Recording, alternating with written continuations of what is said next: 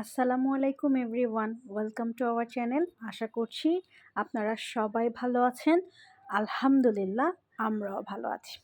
ছোট্ট একটা ব্লগ নিয়ে এসেছি। স্ট্রিট ফুড অনেকে রিভিউ করেন, আজকে আমি স্ট্রিট শপিং রিভিউ করব। স্ট্রিট শপিং বলছি এই কারণেই, এখানে যে জিনিসগুলো আপনারা দেখতে পাচ্ছেন রাস্তার পাশে ছোট্ট একটা ঠেলা গাড়িতে নিয়ে এই জিনিসগুলো উনি বিক্রি করছেন।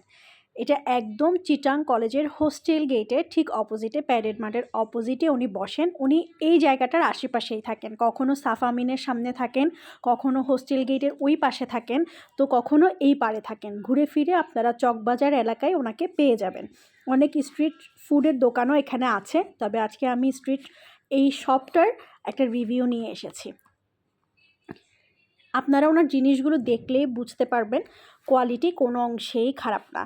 এই জিনিসগুলোই আমরা দোকান থেকে মার্কেট থেকে অনেক সময় বেশি দামে কিনে থাকি। উনি যেহেতু মার্কেটে কোনো দোকান নিয়ে বসেননি, ছোট্ট একটা ঠেলাগাড়িতে নিজের জীবিকা নির্বাহের জন্য এই জিনিসগুলো নিয়ে বসেছেন। দামও ওনার কাছে কিছুটা সাশ্রয়ী, যেহেতু ওনাকে কোনো দোকান ভাড়া দিতে হয় না, কোনো মেনটেনেন্স দিতে হয় না, সেজন্যই ওনার কাছে জিনিসগুলোর দামও কম, কিন্তু কোয়ালিটি একদম একই। কেন একই বলছি? কারণ আমি জিনিসগুলো নিজের চোখে দেখেছি এবং আমি নিজেও এখান থেকে জিনিস কিনেছি। এমন না শুধুমাত্র ব্লগিং করার জন্য আর রিভিউ দেওয়ার জন্যই আমি ওখানে গিয়েছিলাম। আমার কাছে ওনার জিনিসগুলো অনেক ভালো লেগেছে আর মনে হয়েছে কোয়ালিটিও কোনো অংশে খারাপ না। এখান থেকে জিনিস নেওয়াই যায় আর এটার মধ্যে খারাপ কোনো কিছুও নেই, যার কারণে আমি এখানে আমার নিজের বাসার জন্য শপিং করেছি। আজকে আমি অনেক দিন ধরেই ওনার কাছ থেকে কিছু কিনবো চিন্তা করছিলাম, কিন্তু হয়ে উঠছিল না। তো ফাইনালি আমি সেদিন বের হয়েছিলাম আমার শাশুড়ি আম্মুর সাথে, আর লাকিলি আমি ওনার দোকানটাও দেখতে পেয়ে যাই। আর আম্মুকেও আমি বলে রেখেছিলাম যে ওনার কাছ থেকে আমি কিনবো। তো আম্মুও গিয়ে দেখলেন যে হ্যাঁ, কোয়ালিটিগুলো একদম সুন্দর, খুব ভালো, জিনিসও সুন্দর।